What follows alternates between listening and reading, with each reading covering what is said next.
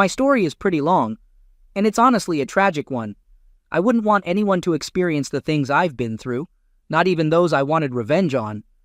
I'll have to share some things about myself that I'm not proud of, and would rather keep to myself. When I was 19, my dad got diagnosed with pancreatic cancer. It was a tough time for us because my mom had to work long hours, 9 to 9, and I ended up taking care of him. He fought hard for 4 years, but unfortunately, he didn't make it after a triple bypass surgery. Losing my dad had a huge impact on my mom, and I tried to be strong for both of us. Those were really dark times, and they changed me completely. I couldn't focus on school, and my grades suffered. I had to get an after-school job to support my mom, who was a wreck after losing my dad. Something inside me changed during all this. Before all this happened, I led a somewhat sheltered life because I regularly attended church and church activities. But when my dad passed away, everything changed. If I wanted to go to college, I had to figure out a way to pay for it myself. The situation at home and the constant need for extra money meant I couldn't qualify for any loans. The job I had paid minimum wage, and it barely got us anywhere financially. During this difficult time, a friend introduced me to pills, which made things even more complicated.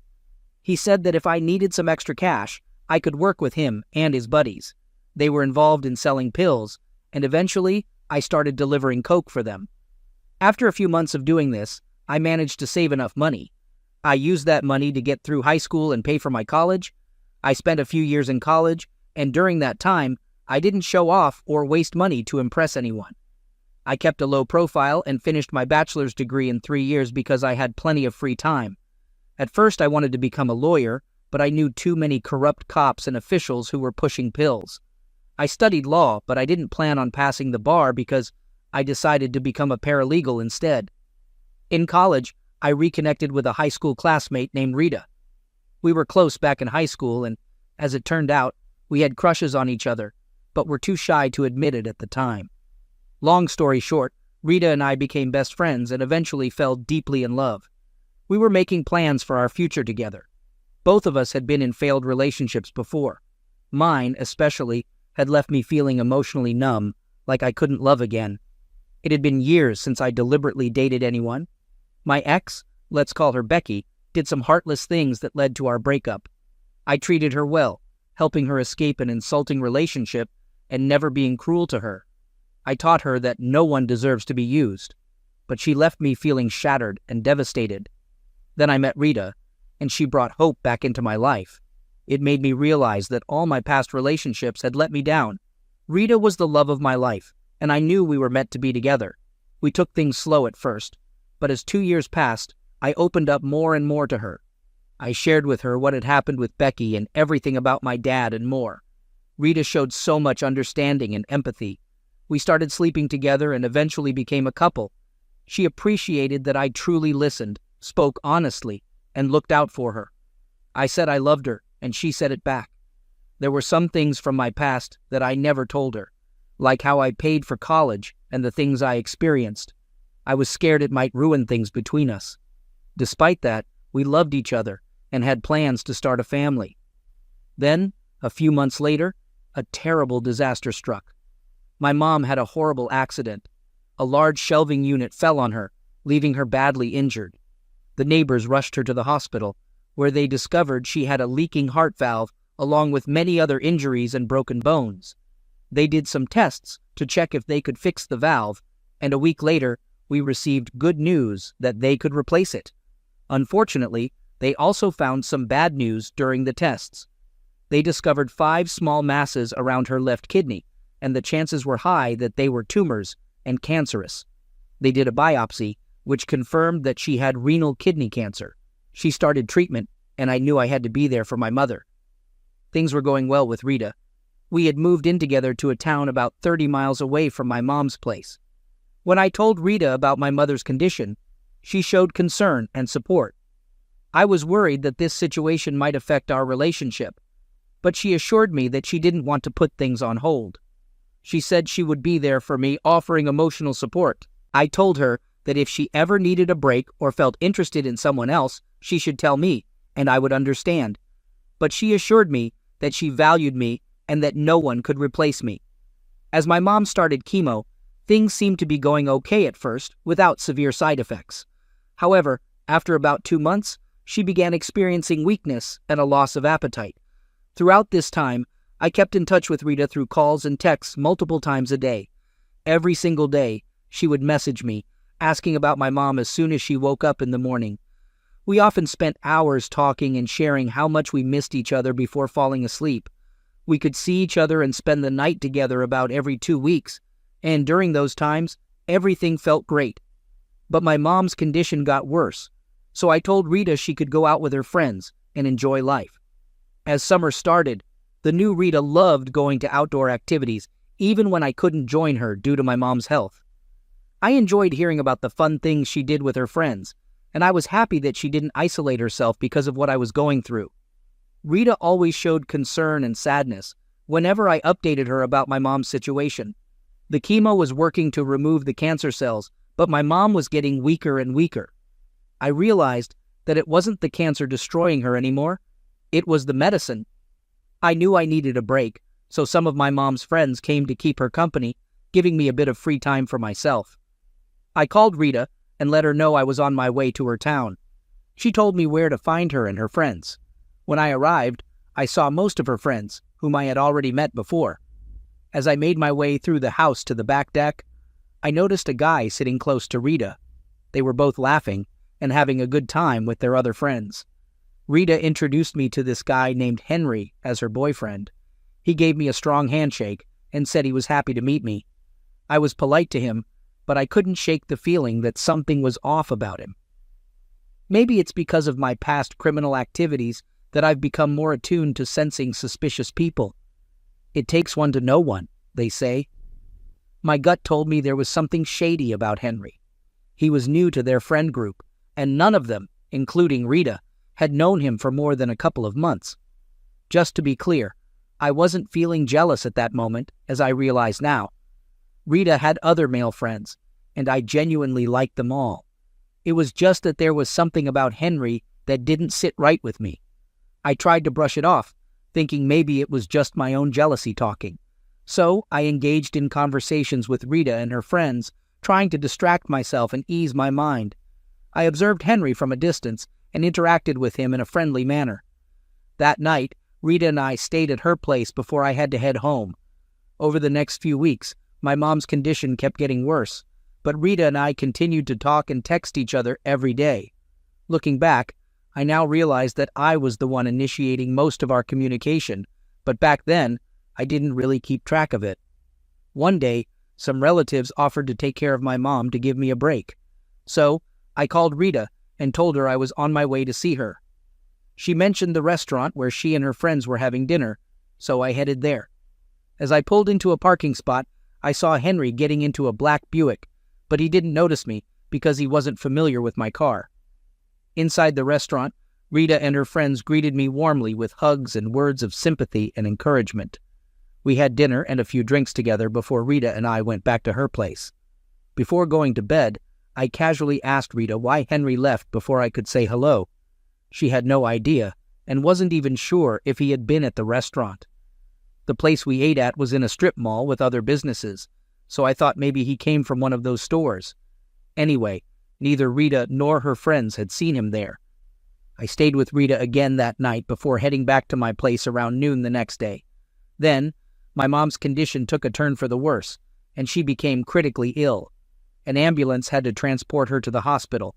She had pneumonia and was extremely weak from the chemo, making her susceptible to various ailments for about 3 weeks. My mom got hospitalized, and they started giving her medications through an IV, but her condition kept getting worse every day. It was really tough to see her like that. Finally, the doctors told me she had, at most, a week to live. I knew she wouldn't want to spend her last days in that gloomy hospital room, so they arranged to bring her home, where I could make her last moments as peaceful as possible.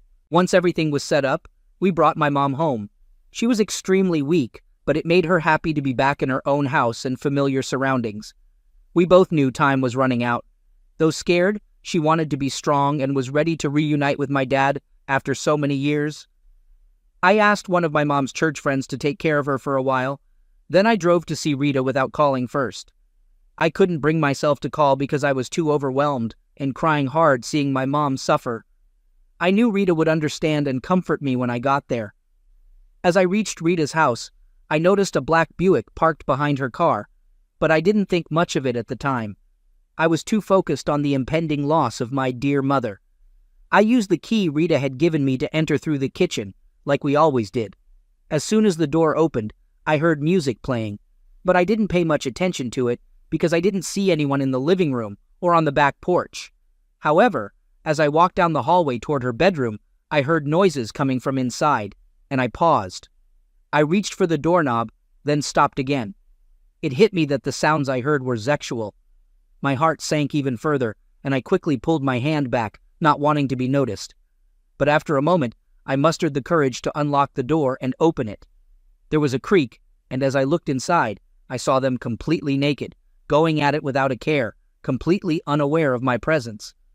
Honestly, my first impulse was to charge at him and give him a good punch in the face, but I knew I had to keep out of trouble for my mom's sake and my job. So I backed away slowly, my anger boiling inside me. I left the house quietly through the back and sat in my car. The weight of everything hit me hard, and I started sobbing uncontrollably. I didn't want to be seen in that state. After about half an hour, I started the car and headed back to my mom's place. I didn't tell anyone what I had just witnessed. They all assumed my tears were solely because of my mom's situation, which of course was partly true. But the betrayal I had just seen was so hurtful and cruel that it was difficult to comprehend. I knew my mom was my top priority, especially since she was nearing the end. But I felt so betrayed by Rita. I was consumed by a rage I had never felt before, and believe me, I've experienced plenty of anger. Part of me wanted to call her and let her know what I saw, giving her a piece of my mind. But I figured if she didn't care enough to be faithful while my mom was on her deathbed, cursing her out wouldn't make a difference. After making sure my mom was comfortable, I tried to sleep in my old childhood room. I cried myself to sleep, woke up crying, and continued crying throughout the night. When my phone rang in the morning, I saw it was Rita calling, but I ignored it. I had to resist the urge to throw the phone against the wall in anger. I went to check on my mom, who was in a deep sleep because of the morphine they gave her. I managed to text Rita back, telling her I was really busy with my mom and would call her later. Then, I forced myself to eat and take a shower. The hospice nurses came by to check on my mom's condition. After checking her vital signs, they told me she had about 48 hours left to live. I thanked them and went out into the backyard, trying not to lose my mind with everything that had happened and was about to happen. I texted Rita, letting her know my mother's condition was about the same, but I didn't want to see her right now.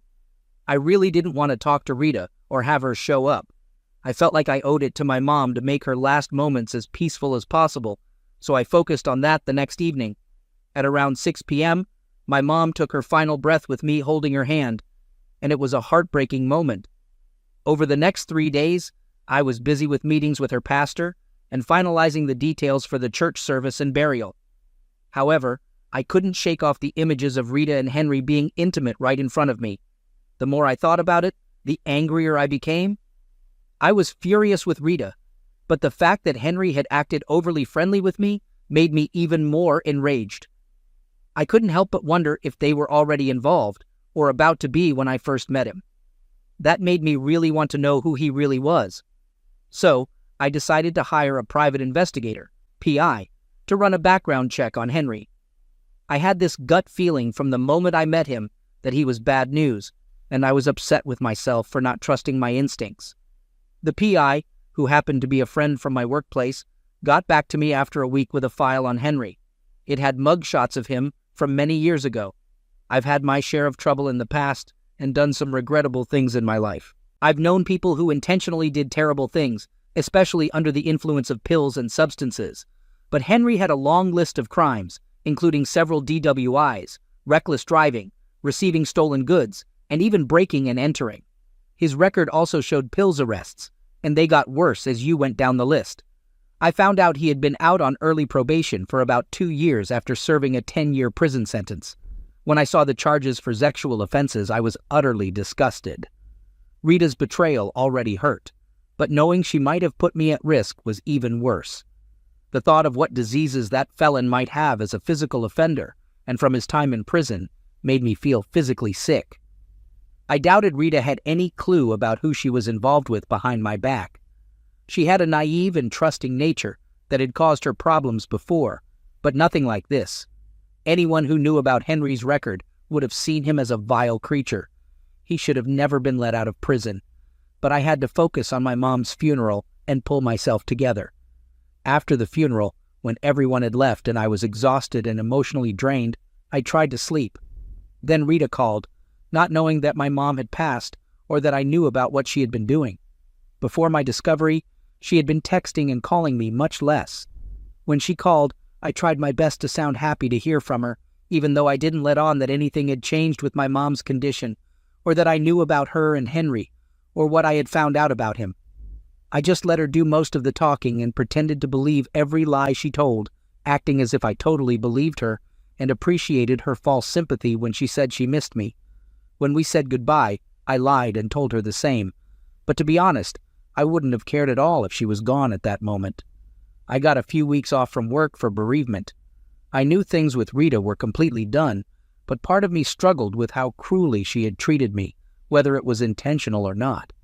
On one hand, I was glad to know the truth about her and Henry before any more lies and betrayal could happen.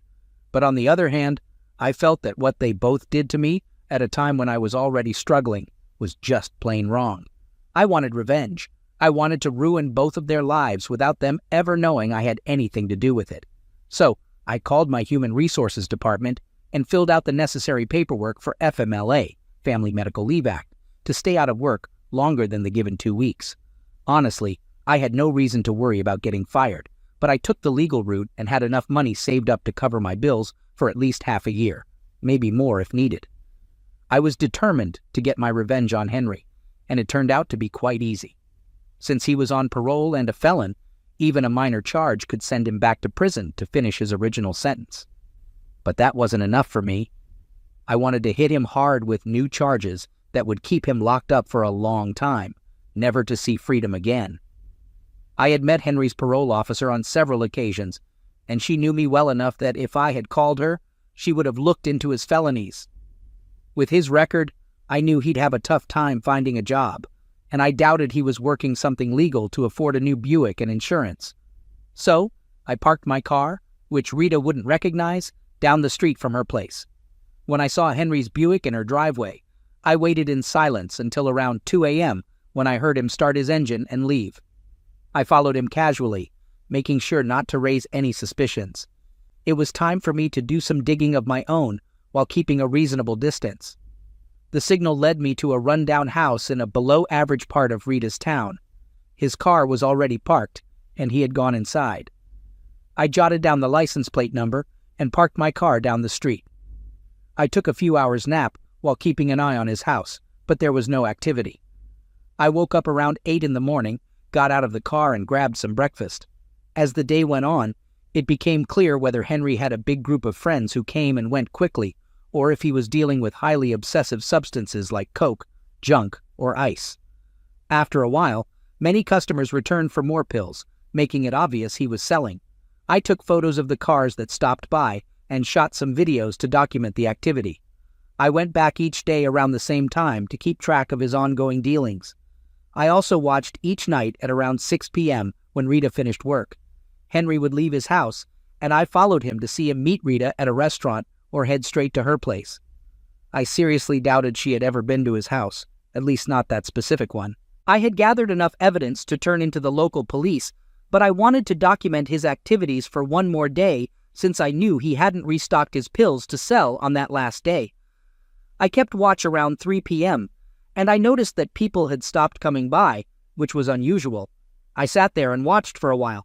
About 30 minutes later, a big black Cadillac Escalade pulled into Henry's driveway. Usually, only one person would get out of a car to go inside his house, but this time, I saw 3 large guys come out of the Escalade and help a middle-aged man inside. They stayed in Henry's house for over 2 hours, which was unusual. I was pretty sure that middle-aged man was the source of the pills Henry was selling. I drove by and took a picture of the Escalade's license plate when it was parked at home. Later, I downloaded all the photos and videos I had taken of Henry's activities onto my computer. Then, I made a detailed report documenting what I had observed over the 4 days. Once I was done, I printed out 38 pages of photos showing people going to Henry's door to buy pills. I saved all the video recordings on a SIM card and put it in a small plastic box to keep it safe. I knew I had enough evidence to convince the police about what Henry was up to. I had timestamps on each photo and video, making it real and admissible in court. But I wanted to make sure the police took serious action against him. So, the next morning, I went to the police station in Rita's town and asked to speak with someone in their pills division calmly. A cop in uniform came out from the office and we shook hands. I handed him one of my business cards, and he looked at it for a few seconds, probably recognizing the clout it carried, even if I hadn't passed the bar exam yet. I told him I had some info he might want to see. He seemed happy and led me to a conference room, where we chatted about people we both knew. But then I slid a folder with paperwork and the SIM card across the table to him. The first page had Henry's name, date of birth, criminal record, and parole officer listed. The detective looked at the photos and stayed quiet. His expressions said it all. He knew this information could easily lead to an arrest warrant for Henry, but he probably also saw the opportunity to get a lot of narcotics off the street, possible promotions, and other benefits. He thanked me for the evidence and placed the folder back on the table. Then he asked if I'd be willing to testify. I told him the evidence was so damning that I probably wouldn't need to. He smiled and casually asked if there was anything else I needed. I explained that I felt Henry had been released from prison too soon and clearly hadn't been rehabilitated. He deserved to go back to jail for much longer. The detective agreed, but wanted to know what I wanted in return for the information. I showed him a photo of the black Escalade with the license plate number and told him to write it down for himself. I mentioned that the owner of the Escalade might be an even bigger pills dealer. I emphasized that I wanted to stay anonymous in all police and court reports, and he agreed. Then, I came up with a little white lie, saying my law firm was representing someone who might have been set up by the owner of the Escalade. He knew I could have asked one of the lawyers at my firm for the info, but they don't like to use their favors often. The detective thought about it for a moment, realizing I had given him another lead to follow. I had done more detective work in 5 days than his whole team in months, and he was happy to agree. A short while later, he handed me a printout with the owner's name and address from the tag. I put it in my pocket, thanked the detective, and we chatted a bit more about sports and cars before I left. I drove home knowing that a judge would soon be signing an arrest warrant for that scumbag Henry. After a few days, I kept to myself, checking the arrest reports in the local paper online. One morning, there it was, a photo of a bewildered and confused Henry getting arrested, led away in handcuffs. If no stupid errors were made to get him off on some technicality, he'd be serving his original sentence plus many more years. But there was always a chance he could find a good lawyer to reduce the charges or find a loophole to get away with it. I couldn't let that happen, and I wouldn't.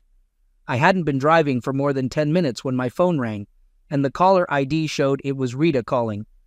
I tried to act surprised and happy to hear from her, without even giving a friendly greeting. She asked how I didn't let her know that my mother had passed away, as she had seen the obituary in the newspaper.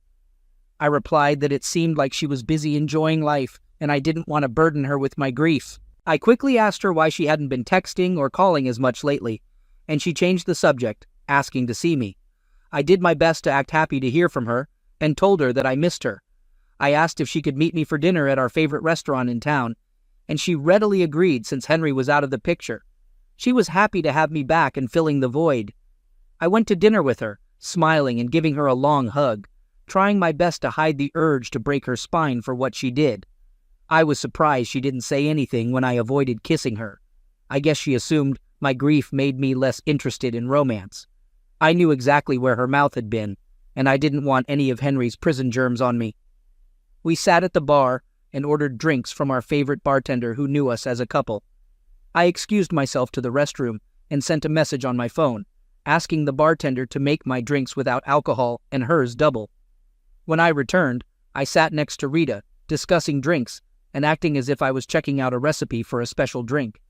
The bartender came over and asked if we were ready for another round. I showed him the message, saying we were celebrating after not seeing each other for a while. He read it, smiled, and agreed to make the special drink I requested. I'm sure both the bartender and Rita assumed she could drink as much as she wanted, and that she'd be going home with me afterward. I had a different agenda in mind, and acted like her drink was strong. I pretended mine hardly had any alcohol in it. We kept ordering more drinks, and Rita started commenting on how drunk she felt. I acted surprised, saying I barely felt a buzz. After a few hours, I paid for everything with a generous tip. As we left the restaurant, I faked an important phone call and said I had to rush back to my town for work. The next morning, I asked Rita to wait for me at her house while I ran a quick errand. I watched her drive off, and then I called the police, telling them I saw a drunk driver leaving the restaurant. I urged them to act quickly, knowing she would be pulled over for a DWI. I drove to Rita's house, about a mile away from where she got pulled over. I saw the blue lights ahead and knew my plan was working. What neither she nor I knew was that Henry had been using her car to distribute pills to low-level dealers under him. They did the usual search of Rita's car and found a stash of coke hidden under the back seat. I never intended to get her arrested for pills possession and selling, but the fact that she had given me her spare car key the same night she gave me her spare house key made me realize I could have easily messed up my life as well. At that time, she had no clue that I already knew about her cheating, which later became public knowledge. Later that day, I got a call from an unfamiliar number. It was Rita crying and trying to tell me something. I managed to calm her down and listened to what she had to say. She told me she was in jail, and I genuinely acted surprised, asking her what happened. When she revealed it was for pills-related charges, I was shocked. She asked me to help her get out and post bail. I explained that since my mom had passed away, I couldn't risk using any of my property for collateral due to legal issues. Even though I could have used my own home as collateral, I saw her pills charges as a consequence of her actions, and she had already caused enough damage to my life.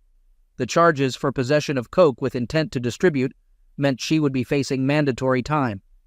After all the pain she caused me and the person she betrayed me with, I couldn't help but feel a part of her deserved the consequences coming her way.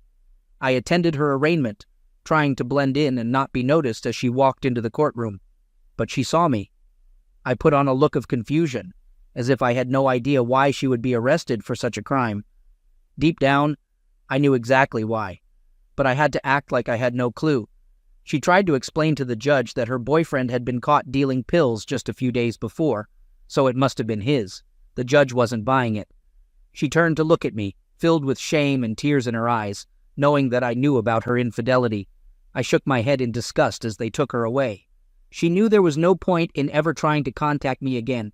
They set a high bond for both her and Henry, but he decided to plead guilty and skip the trial, hoping for some leniency. He didn't get any. Rita's trial happened a few weeks later, and she took a plea deal. She got 4 years with a possibility of parole in 3, but her career was ruined once she got out. And I couldn't care less. They messed with the worst person they could have crossed at the absolute worst time to do so.